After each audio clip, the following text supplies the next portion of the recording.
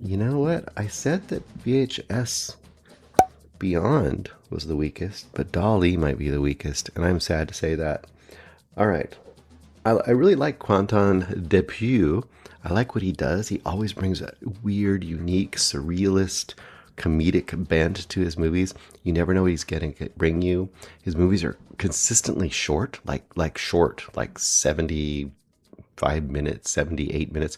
I don't think I've seen a movie of his that's up to 90 minutes. As people that we go through lots of screeners, we do appreciate that. And I love the fact that he's always bringing something unique. And he seems to be putting out a ton, like almost every year, consistently. He's putting out a movie. I have consistently either liked or kind of loved a lot of his movies. But I don't know if Dali is the one for me. I'm curious to hear what Eric and or Greg think of this movie. I guess if you get on the wavelength, you could really enjoy this movie. But I was actually a lot disappointed with this movie. And I don't know what it is. Maybe it's just Dali himself, Salvador Dali. Maybe any biopic of him is not going to be great. I know we saw one, and who was playing Dali? I can't even remember now. Oh my gosh, I think it was Ben Kingsley was playing Dali, and we saw that like a year or so ago, and it was just kind of a whatever, biopic of Dali in his later years. This one, the concept, or I guess the construct of this one is that there's a woman and she is setting up to get an interview of Dali. And of course, if you don't know anything about Dali, famous surrealist painter, but also famous oddball, I guess, celebrity in his own right.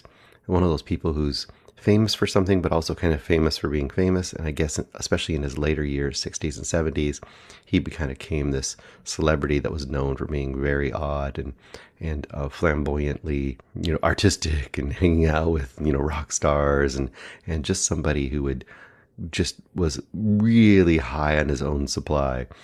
And this movie definitely plays with that idea, and it also plays with the surrealism in the form of what it's giving you, which, of course, I appreciate that as well. So, for example, the woman's waiting in a hotel room. She's going to interview him.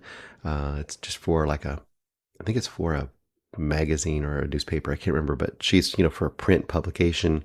And, there's this long hallway in the hotel, and they go out her and the assistant go out to meet him. And he's walking down the hallway, and they keep cutting away from them.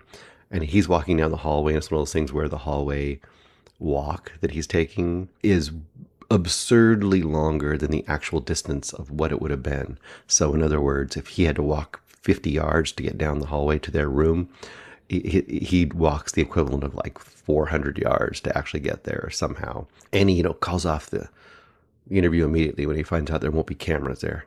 If there's no cameras, there's no point for him even being there for his interview.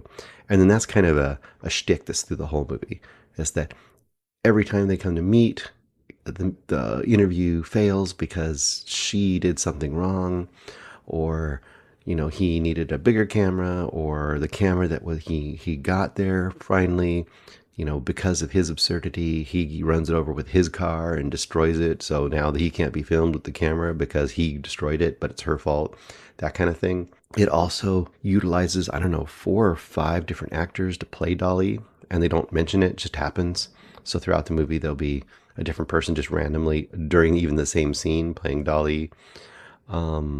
There's a kind of a time loop aspect where Dali's at a dinner party, and there's a priest there and another guy, and the priest is telling a story, and then we cut to a version of that story happening, and then we snap back to reality, and Dali leaves in some form of upsettedness, and then that will be seen to be done, and then we'll go back to the party, and it'll happen again, or we'll be halfway through the story, but it'll be a different story.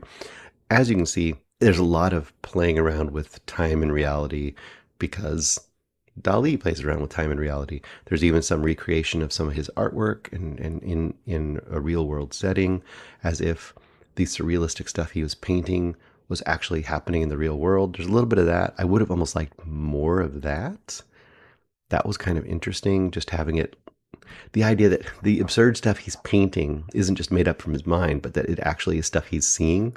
That's kind of a cool idea, but that one is slightly played with. Yeah, overall, it just kind of didn't go anywhere, and it kind of wasn't satisfying to me.